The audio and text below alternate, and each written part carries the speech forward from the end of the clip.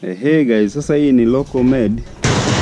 Mwenyewe tu nimetengeneza, ndo hivyo, ndo fundi mwenyewe. Nikawa nimewatafuta tu kama 4 hivi, dume moja na majike matatu. Ndio ile ambayo tunasema mtu ukikua, anasema ukikua utaacha, lakini mimi kuna mambo mengine sijaacha guys, to be honest. Kwamba sasa yale majani ambayo nimeang'oa kule, kwa najisikia vizuri kwa sababu ni hobby, yani kwamba nao wanapata portion zao, umeona walikuwa tu ni wa kike 3, dume moja, lakini wamezaana mpaka wamekuwa wengi. Sasa wani sungura ambao wanasema ni kama sungura ya kisasa, mayai fulani hivi, lakini yani kunakuwa na hiyo ecosystem fulani, yani kwamba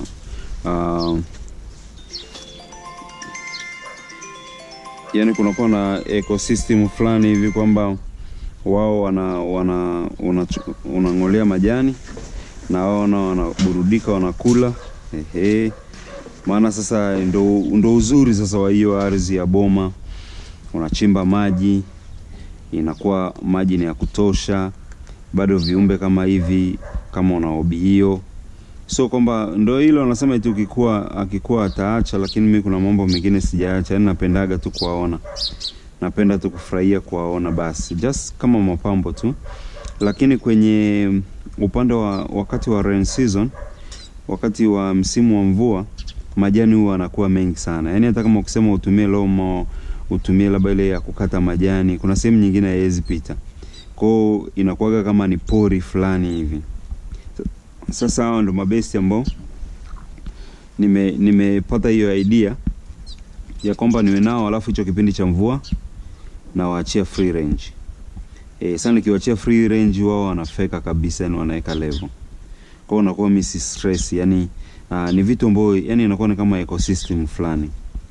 Kwa sasa hivi kidogo majani sio mengi sana, wakae kwa kutulia, lakini kipindi majani yamezidi sana, basi na waachia tu, wanapiga raundi za kutosha, wanaishi maisha yao.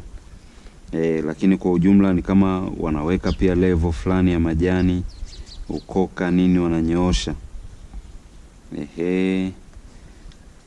Aswa wanakuwa free tu, maana sungura eti ana uharibifu. Uharibifu ni pale kama kunatokea kuna ukame sana, ndio unaweza kuona sasa wana struggle kidogo hata kula mizizi, kujaribu kula mashina, kukangua mashina ya miti na nini. Lakini kama kipindi cha dry season kidogo unawafungia, unakuwa tunawekea majani unayopalilia kutoka kwenye mboga. Kwa unaona kama wanajeshi fulani hivi wako vizuri. Mimi nafurahiaga tu wakati mwingine. Yani unaishi maisha yako. Haya ndo mambo sasa wanasema ukikua utaacha, lakini mimi sijaacha bado. Umeona kila kitu ni local way. Lakini as long kwamba I'm happy, that's what I'm concerning. Hiyo ndio linaloangaliwa zaidi, kwamba nikiwa basi niko happy, hiyo ndio what is really matter most.